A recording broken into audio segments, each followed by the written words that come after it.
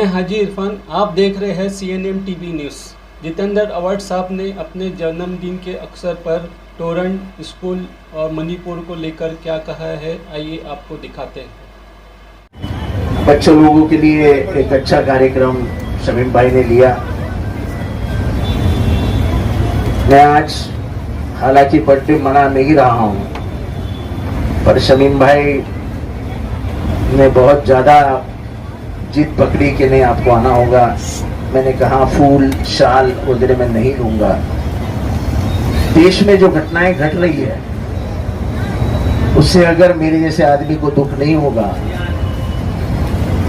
तो फिर मैं जीने के लायक नहीं हूं।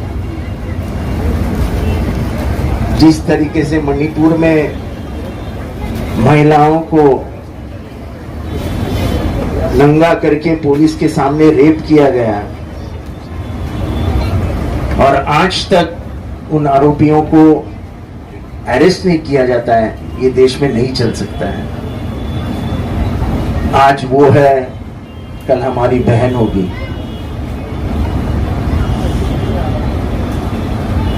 हमारे इधर भी 400 लोगों का धर्मांतरण हो गया, ऐसी बात कही गई, किसी ने आवाज नहीं निकाली। पुलिस भी 2 दिन शांत रही, तो ये डर था कि माहौल कहीं बिगड़ न जाए।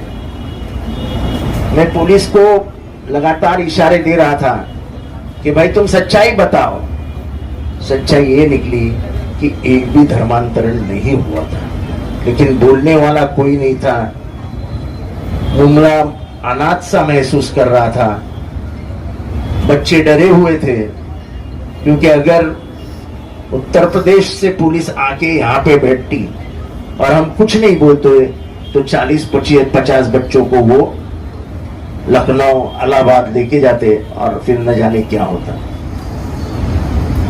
परसों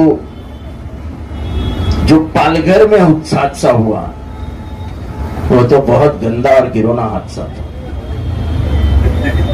यह हादसा हुआ उसके आधे घंटे के बाद मैंने बोला कि ये द्वेष की राजनीति अब जमीन पे आ चुकी है। एक हवलदार के हाथ में पिस्तौल है, मशीन गन है, वो पहले आधा घंटा अपने अफसर से बहस करता है। मैं आप लोगों से पूछना चाहता हूं, एक पागल आदमी बहस कर सकता है क्या? जरा बोलिए ना, आप भी इंसान है, बोलिए। वो बहस करता है और बहस करने के बाद गोली मारता है, यानी सोच विचार के साथ उसने गोली मारी। फिर वो बंदूक लेके निकलता है और 4 कैबिन, आप तो रेलवे से गए होंगे, एक कंपार्टमेंट, दूसरा कंपार्टमेंट, तीसरा कंपार्टमेंट, ऐसा कंपार्टमेंट होता है। 4 कंपार्टमेंट, 6 कंपार्टमेंट में जाके उन्होंने 3 लोगों को मारा। वो 3 ही लोग दाढ़ी बनाए हुए थे। उसने शक्ल देख के लोगों को गोली मारी। ये कोई पागल आदमी कर सकता है? ये कोई पागल आदमी कर सकता है?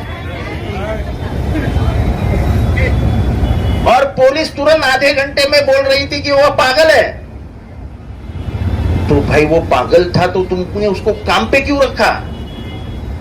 वो पागल था तो उसके हाथ में मशीन गन क्यों दी? और पागल आदमी चुन चुन के लोगों को नहीं मारता है। पागल आदमी मारता है तो एक बार ऐसा घुमा देता है, गोली की बौछार होती है और लोग मर जाते हैं। पर यहां पे उसने चुन चुन के लोगों को मारा, तो पागल हो सकता है? द्वेष की राजनीति का इस स्तर पर पहुंची है कि आप जान लीजिए।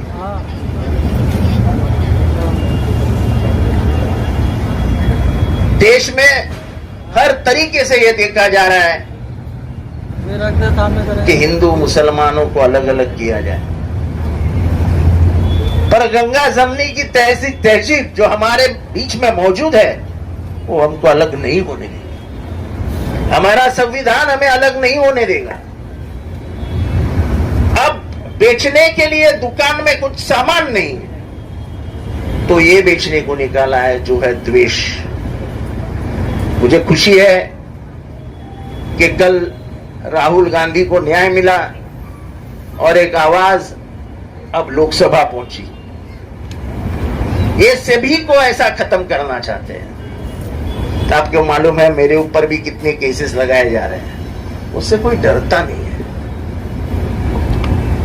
हम कांग्रेसी विचारों के लोग कभी जेल की सलाहों के पीछे जाने से डरते नहीं। हमारे बापजादाओं ने 12-12, 14-14 साल जेल में निकाले। पंडित जवाहरलाल नेहरू 11.5 साल जेल में बैठे थे। गांधी जी 7 साल जेल में बैठे थे। भगत सिंह ने तो उनको तो फांसी दी गई। डरते नहीं है। लेकिन अब वक्त आ गया है कि हमको कहीं ना कहीं मजबूत भूमिका लेनी पड़ेगी। जो कर्नाटक में मुसलमानों ने दी, कर्नाटक में जो जीत हासिल हुई, उसमें कहीं ना कहीं अकलियतों का बड़ा। पर वहां का हिंदू भी कह रहा था कि देश का बंटवारा मत करो। लगातार वहां पे नारे लगाए जा रहे थे बजरंग बली की जय। लेकिन जिस जगह पे उन्होंने बजरंग बली की जय का नारा लगाया, उसी जगह के हिंदुओं ने उनको हरा दिया। लोगों को ये जो हो रहा है, लोगों को नौकरियां नहीं है, पगार कम हो रहे हैं, दिन बर दिन महंगाई बढ़ती जा रही है। गैस कितना 1150, 1200 कितना है? 1150। टमाटर का क्या भाव है? 400, 200 रुपये किलो। तो खाली टमाटर सामने रखे और दाल खाने की, यानी टमाटर की खुशबू दाल में आ गई। क्या क्या क्या?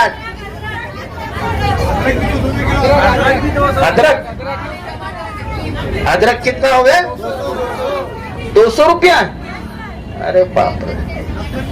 अभी मटन कितना हुआ है? मटन 700 रुपया। इलाही भाई कितीला है? 700 रुपया।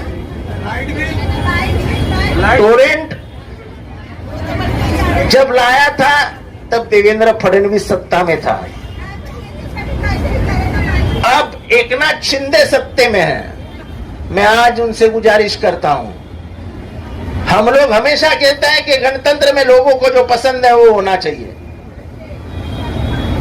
अगर टोरेंट हमारे मुमरा के लोगों को पसंद नहीं तो तुरंत एकनाथ शिंदे ने उसको कैंसिल कर देना चाहिए।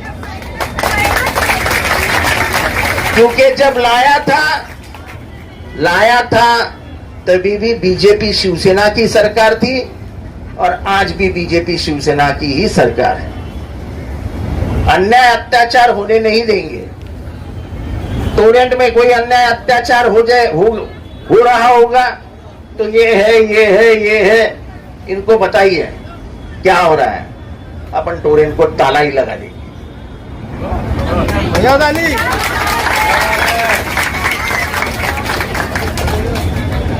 हम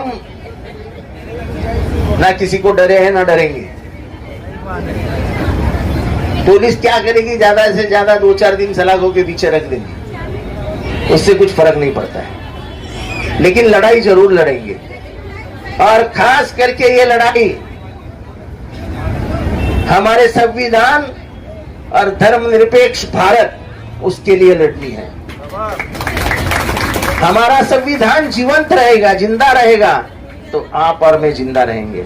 वरना जिस दिन संविधान टूट गया, मान लो कि आपका सब खात्मा हो जाएगा।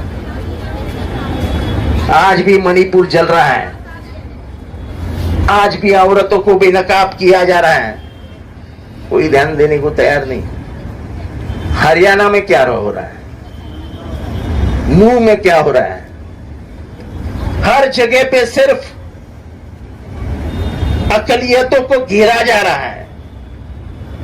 क्योंकि आने वाले लोकसभा में हालात कुछ बिगड़ते हुए सत्ताधारियों को नजर आ रहे हैं, तो फिर उनका आखिरी हथियार क्या है? तो हिंदू मुसलमानों की लड़ाई। पर मुझे लगता है कि मुसलमान भी बहुत होशियार हो गए और हिंदू भी बहुत होशियार हो गए। आपस में लड़ने को वो तैयार नहीं है। वो जानते हैं कि सियासत और राजनीति के लिए हमारा इस्तेमाल हो रहा है। हमारे हाथ में तलवार देके बड़े नेता, तो तुमने सुना है कभी बड़े नेता का कोई बच्चा मरा हुआ? वो तो अपने बंगले में रहते हैं, झुग्गी झोपड़ियों में रहने वाले अपने इधर अंगार लगा लेते और निकलते, चलो निकलो। आने वाले दिनों में कभी भी ये सोचना मत, शांति और अमन उम्मत की ताकत और शान है। आज हमारे सब रास्ते बन गए हैं, पानी की किल्लत बहुत ज्यादा कम हो गई है। लाइट है लेकिन टोरेंट को सही करना पड़ेगा, हमारे बिल में उसको ध्यान देना पड़ेगा। अब मैं हमारे असेंबली चालू थी, छूट गया हूं, कल से मैं टोरेंट का मामला दबा के ले लूं। और हॉस्पिटल आ गया है, लाइब्रेरी आ गई है, शादी खाना आने वाले 1 साल में बन जाएगा। बहुत सारी सुविधाएं हमने ला के रख दी है। बाद में मैं YouTube पे सुनते रहता हूं मेरे बारे में क्या क्या बोला जाता है, मुझे बहुत हंसी भी आती है। मुमरा वाले पागल है क्या? उनको नहीं मालूम क्या रास्ते किसने बनाए हैं? किसने बनाए रास्ते? किसने बनाए? जरा जोर से बोलो। अगर आवाम को मालूम है तो जरा उनके कान में जाके बोलो एक दिन, अरे भाई क्यों उसने ही बनाया सब। क्या क्या है, क्या जरा बोलो जोर से। पब्लिक को मालूम है? अच्छा ठीक है, तो जिसको आपको सही समझो उसको वोट दीजिए। मैं आपके लिए बात कर रहा साहब, आपके लिए बात कर रहा है। ठीक है ना, मेरे को मालूम नहीं गणतंत्र है, कौन किसके दिल में क्या है मालूम नहीं, जिसको चाहे आप वोट दे सकते हैं।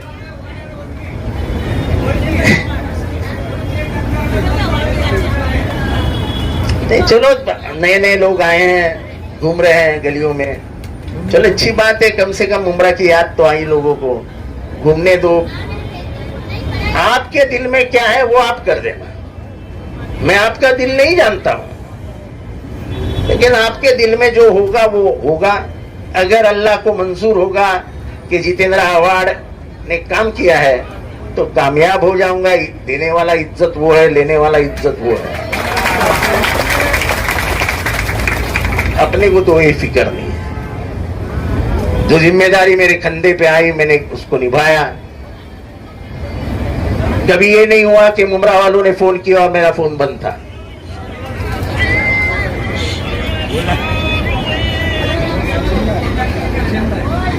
नहीं, मुझे दुख इस बात का है कि जब 400 धर्मांतरण की बात इधर हुई, किसी ने इसके बारे में बात की? जो जयपुर के ट्रेन का हादसा हुआ, किसी ने बात की? हर बात करता कौन है? और मुझे फक्र है कि किसी की हक की लड़ाई लड़ने के लिए मैं मेरे जिंदा रहने को भी, दूसरे का हक जान से बड़ा नहीं है। जान जाए लेकिन उसका हक नहीं जाना चाहिए। जिस तरीके से जयपुर ट्रेन में किया गया, यह हादसा इशारा है कि इस देश में अब ट्रेन से चलने के लिए भी मुसलमान डरने लगेंगे। और अगर ये माहौल सुधरा नहीं गया तो ये देश टूटने के कगार पे है। जो मणिपुर में हुआ उसके बाद मेघालय के चीफ मिनिस्टर ने कहा कि तुम सुधर जाओ वरना हमको ये देश छोड़ना पड़ेगा। हमारे बापजादाओं ने ये देश एक रखा और एक रखने के लिए हमारे हाथ में दिया। अगर हम इस देश को एक नहीं रख सके तो उन्होंने अपनी जानें क्यों गंवाई? हमारे स्कूल के बच्चे यहाँ पे हैं, म्युनिसिपैलिटी के। आने वाले दिनों में म्युनिसिपैलिटी के सभी टॉयलेट्स को रिपेयर किया जाएगा, सभी बिल्डिंगों को कलर किया जाएगा। जितना भी काम स्कूल में है सब स्कूल का काम कल परसों से शुरू हो जाएगा। एक नई स्कूल आपके हाथ में दी जाएगी। बाकी मुझे नहीं लगता है रास्ते कहीं पे बाकी है, कहीं बाकी है रास्ते। बाकी सब सुविधाएं तो है आपके पास, कुछ नहीं रहेगी तो इन लोग है करने के लिए और मैं बैठा ही हूं। आपकी दुआओं में हमेशा याद रखना। अब आपकी दुआओं की ताकत ही मुझे आगे बढ़ाएगी। मैं इतना ही कहूंगा, दुआओं में नाम के साथ याद रखना। खुदा हाफिज। मैं हाजी इरफान, आप देख रहे हैं CNN TV न्यूज़।